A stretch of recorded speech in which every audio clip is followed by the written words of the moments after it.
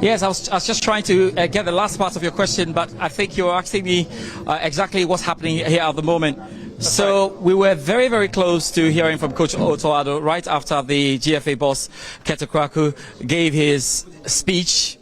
The lights went out, and it looks like DSTV will have to do a crossover and get the generators back on here. So, yeah, doom saw occurred, and it meant that there was a sudden break.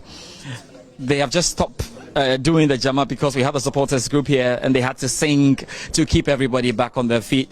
It looks like the feed is just back on because power and energy has been restored, and it looks like we're going to be getting back in. But I'll just tell you a bit about Keto Kwaku's message, or you want to ask me more questions about the doom saw set? All right, okay, thank you, George. But now let's cross over to the grounds. The feed is back, so the lights are back, and so is Otto Addo and everyone else. So let's see what he's got to tell us. The opportunity has been given to me to introduce the coach of the team as he comes up to make the announcement. Let's put our hands together for the head coach, Otto Addo.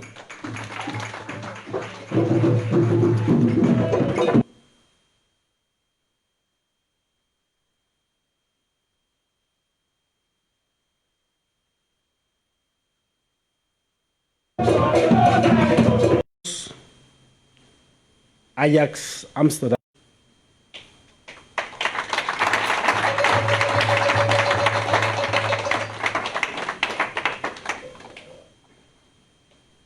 So yeah, before we start with the questions and my answers, I would like to take you a little bit inside in my thoughts. Maybe this will clear a little bit of the questioning and also all the rumors and speculations around. So first of all, I would like to say thank you. This is for the president believing in me from day one, letting me do my work how I want it to be. And this is surely the number one circumstance I would like to have again. Every time when I work, I want to do it my way. This is very, very important because this is what's, for me, very, very important to be the face of the national team, that I can work my way. So the decision at the end is mine, although surely we as a technical staff always going like the right way. You have to take sacrifices. But surely we expect this. We expect that you are trustful, because we know, everybody knows in football, there's always a lot of happening, especially in the team. But the team for me it's not the family, but it's like a family. So everything which happens in the team should stay in the team. Sometimes we have discussions, quarrels, because there are hard tackles or whatsoever, but it should never go outside. I wouldn't have wouldn't have this, like, say, open discussion when I have like a discussion with my wife to take it outside. It will stay inside the family, and we'll solve it inside the family. So it's a lot of things off the pitch which are very, very important, values which are important for us. And then there are things on the pitch, like performance in the national team, performance in your club, the trainings, then also my KPIs, my key performance index. So my style of play, what do I want to see? And I'm very, very flexible. So I want to have always in the squad variables which I want to use, because every game is different, and even in the games, sometimes it brings different demands.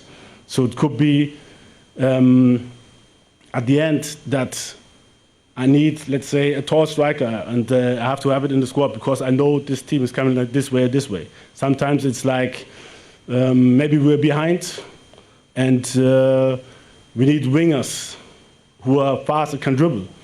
And if we want, let's say we have like 5 or 4 wingers who are right-footed, it's not the optimal thing I want to have, because sometimes I need also maybe a left one. Or let's say we have 4 left-footed wingers, then I need maybe somebody who's also right-footed because he can cut inside and then the fullback can overlap and then the defender has to choose. Should I protect the cross or maybe he can shoot? So I want to have a well-balanced team, and sometimes this brings me to difficult decisions. So there are some very, very close decisions, and I'm very, very sorry for those who didn't make it on the team due to injuries or due to my decision. And surely I have the last word because I know how I want to play.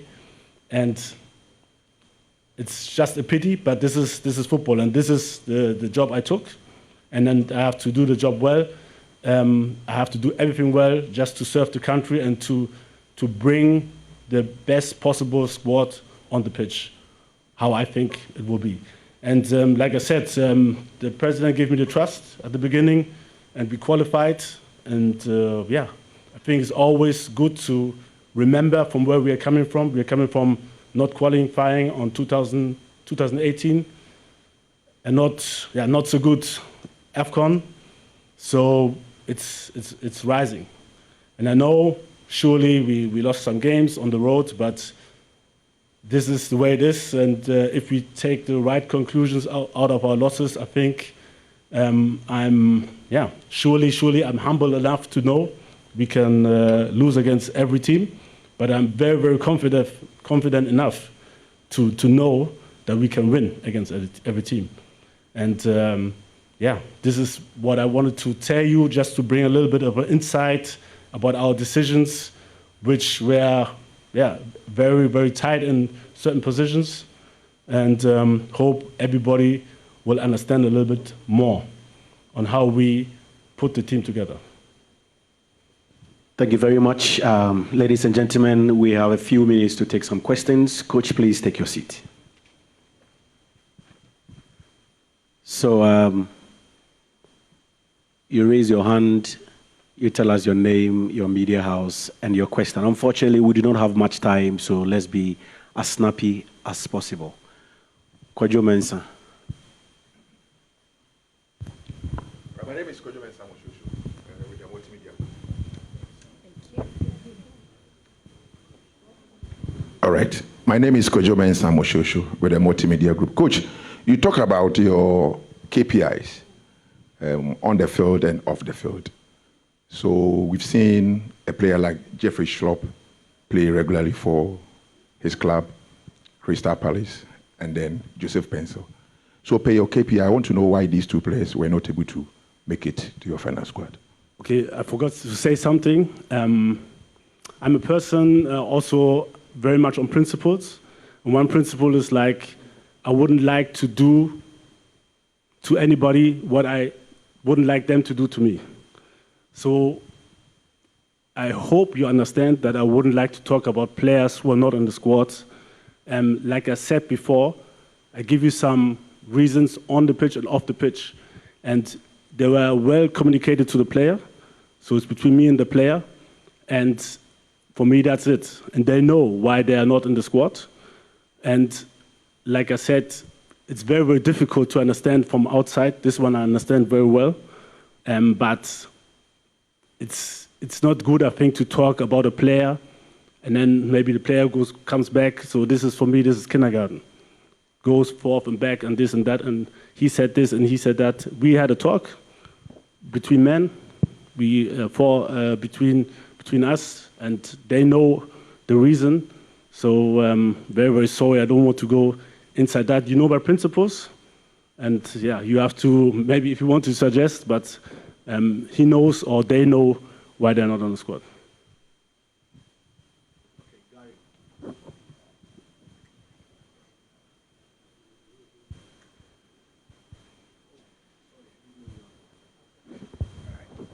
Thank you. Good morning, everyone, and thank you for inviting us here. Coach, thank you for the work you've done. I'm Gary L. Smith from the Multimedia Group, and I'd love to know to what extent did injuries, because we've seen a lot of other nations, release their squads already, to what extent did last-minute injuries change what I am sure was your list of players from the last time when you told us in Brazil, against Brazil and Nicaragua, you said about 70% of the team was known. So to what extent did recent injuries affect this final selection? Thank you. Okay. I know it's a little word, but I said maybe around. So I didn't say like 70%. I don't know how players are left from that games. What I can say, we purposely planned it to do it on Monday the 14th because we knew things can happen. And it's a pity that some players got injured. And I really, really feel for them. Like I got injured myself many, many times. Still, I was lucky to play the World Cup 2006 in Germany. And I can just imagine how they feel. And it's very, very bad. But yeah, like I said, we have a good squad. We have also good players who are on standby, and this is standby, that you are ready in case something happens. So we always instruct players to be ready, not to go on holidays or whatever, to be ready, especially also in the next week. We are praying that nobody else got hurt. But I know as a coach that a lot of things can happen, and we have to be prepared for that. I wouldn't like to go on the exact replacements. I think we have to concentrate on the 26 players who are there, and we have to help them, cheer them up to do their best at the World Cup. And like the president said before, I'm actually looking forward, and I like it. The discussion shows that how much the people love football, but I'm looking forward for us to use this momentum football to unite, to work together. The media with the players to support them, the people of Ghana with the players to support them, and not go too much about what could have been or what should be or everyone's opinion. This is the status now, and we need your support to succeed at the Mundial.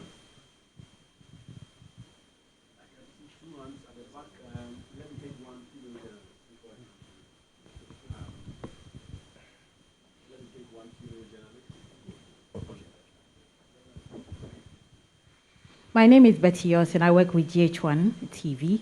Now, Coach, what were some of the considerations that went into selecting, with your final squad? And also, this is the best that you have. How far do you see this team going at the World Cup? Lastly, how do you feel about the energy currently surrounding the Black Stars? Okay, let me start with the last question. I think the energy is always high. Everybody's looking forward to play at the World Cup. For a lot of players, the first time. So it's a big thing. I'm looking forward to play. It's the first time as a coach for me. So the boys look ready, I have to say, and even those who are not called, scoring goals, doing well.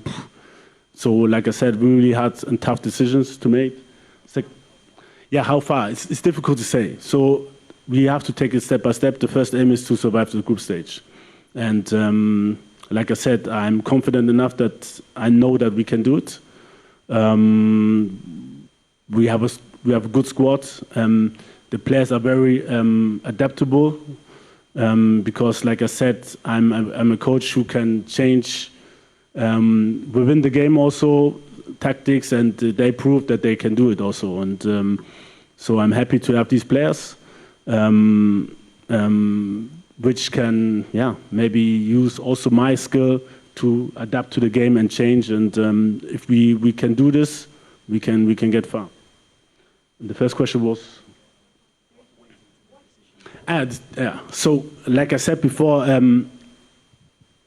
if I look on the squad before the match, but also during the match, I want to have different elements. And we have players who can, let's say, head well, who can shoot well, and who can dribble well. And the optimum is like a player who can do all at the same time. And but if it's not like this, we don't have a world superstar like let's say Messi or so. But we have very, very good players who have very, very good weapons. So for me, it's very important if I put a team together that I have all the weapons. that sometimes from the defense you have maybe right-footed, left-footed.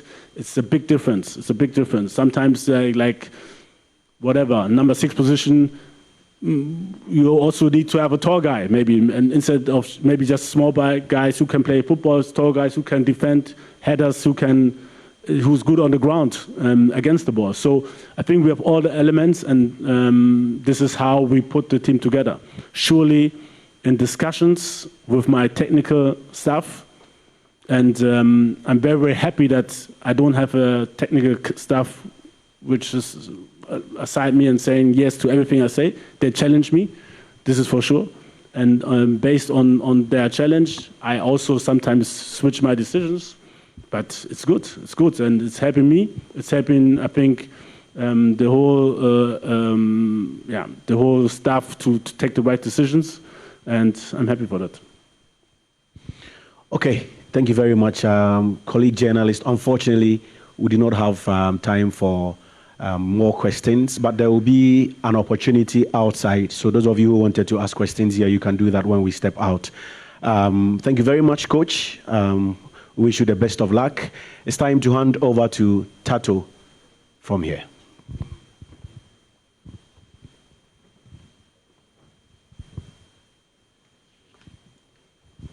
Thank you so much. A round of applause, please, for Coach Henry.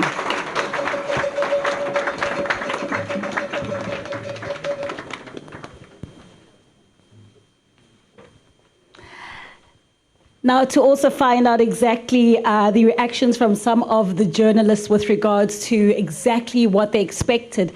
Let me move here. Did you expect that? Are you happy with your team going through?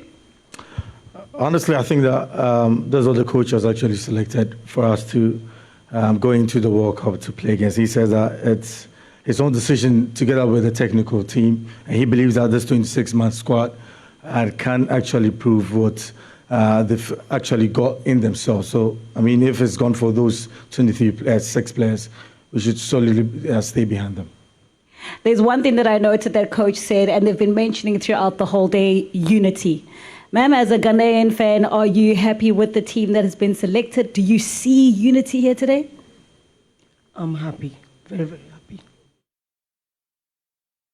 All right, welcome back. So you heard Coach Otto Addo answering a few questions after unveiling the Black Star squad.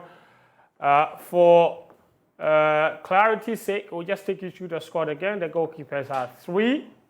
Okay, so Manaf Nuruddin is in there.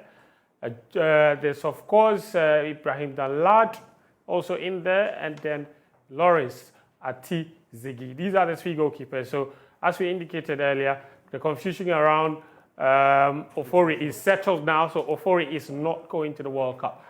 The defenders, you see them, Dennis Odoi, Tariq Lamte, 2 right-backs. Ali Duseidu is the other one. Daniel Amate, Joseph Aidu, Alexander Jiku, and Mohamed Salisu, centre-backs.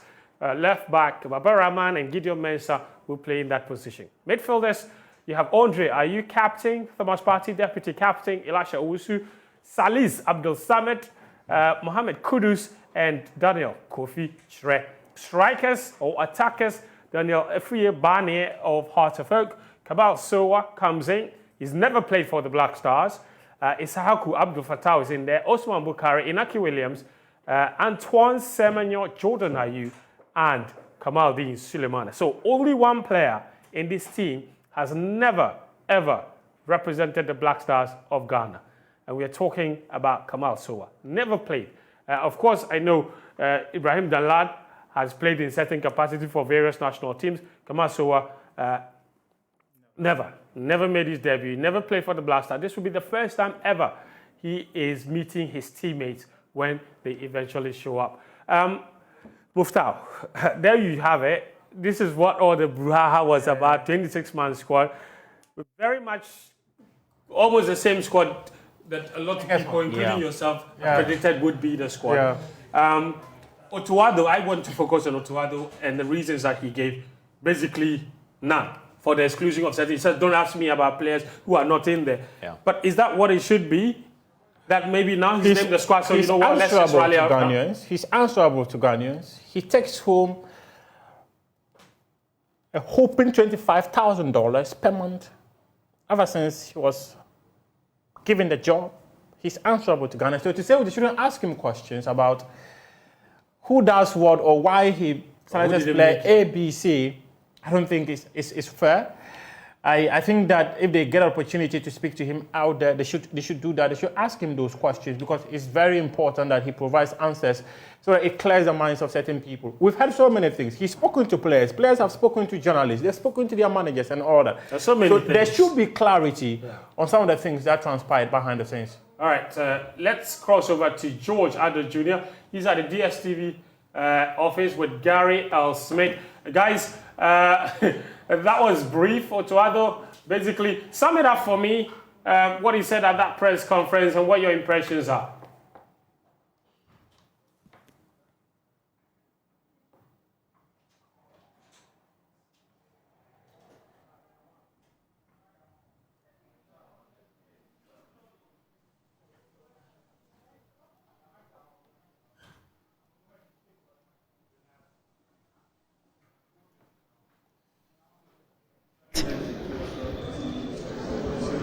Yes, George. Right, thanks. Can you hear me? Yes, go ahead. Okay, good. So I was saying that right from the off, a lot of journalists were expecting detailed explanations on especially why players like Schlupp Paintsil and Jeffrey Schlupp could not make the squad. They did kind of explanations that they wanted, and I'm sure a lot of journalists and a lot of fans moving out of this place are not quite satisfied with the explanation that Coach Otto Addo gave out there. But if you look at the squad, very much what we have been talking about, the breaking stories that came through, the confirmations that you had from the Joy Sports team, clearly pointing out to that. Gary L. Smith, Muftau, basically the whole squad was out there before it is. Gary is here with me. Gary, what did you make of that important point? You were able to ask a question, but many wanted more about the explanation when it got to Jeffrey Schlupp and Schlupp Paintsil. Totally agree with the coach. This is not the time for saying this player did not get in and this is why. We are past that. There's a point in every leader's life where you make the decision and you take the fall for it. So if he has to take the fall for it, this is not the time. The time to do that will be after the World Cup, and then you can ask him that, player X could have done this and player Y did not do this. And I absolutely love his answer that he has called every player who did not make it, who was expected to make it, has explained to the player why they did not make it. And which is important. Okay, right. We know from some of the players that they were called as well. So, that's the way it is. Look, there are about a pool of 60 players that could have made it into this 26-man team, but only 26 could make it. So it's just what it is. It is what it is. Let me see if we can get a few thoughts right now. Godfred Akoto is joining me right now. Let me just quickly pick his thoughts on it, because I'm sure the key point will be whether you were satisfied with the results. With the explanations or not. Godfred, thank you very much for your time. Straight away, what did you make of the responses from Coach Otto Addo? Well, I think Otto Addo came prepared for some of the questions, and I think he addressed it in his preliminary comments before he mentioned the squad. Spoke about his personal KPIs, including commitment to the team, which was key. We knew who he was addressing. If you're in the know, he spoke about form, but most of all, he spoke about the need for unity and the fact that he wants to put together a squad that comes with different energy. So all in all, big disappointments, but I think lessened by the fact that those whose names didn't appear, we've known for quite some time. So the shock wasn't as immediate. So good squad he's put together, very young. If you consider the group that we are in, it's a group that is filled with veterans. Look at Uruguay, the average age of the team, South Korea, tournament experience, Portugal, tournament experience. This is bar Andrea, you and Jordan. Nobody has been to the World Cup. Yeah. International experience is very light. So out to do, but we will be hopeful. Very, very well. Thank you very much, Godfred Akoto. Now, I don't know how much time you have, though, but we have Coach Otto Addo, at the moment, granting an interview after that. But let me just pick my thoughts from Moshosho. Coach Moshosho, how are you doing? What did you make of the press conference? Well, I think that it was well organized, and all of us were expectant to know our players, the gallant 26 who were going to represent us. And if you ask me of what I think about the squad, I think that at this moment it is important for all of us to respect the decision of the coach. At least, no matter the amount of lamentations at this point, there's nothing that anybody can do.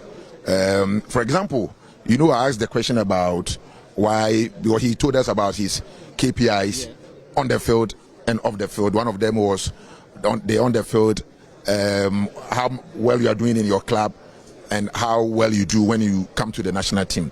And per the answer that he gave, he wasn't able to give us a direct answer to why a player like Schlupp Paintsil, who even scored yesterday, doing so well in the Belgium league, was not able to meet his KPIs, whether at the club side or at the national team, or whether on the field or off the field.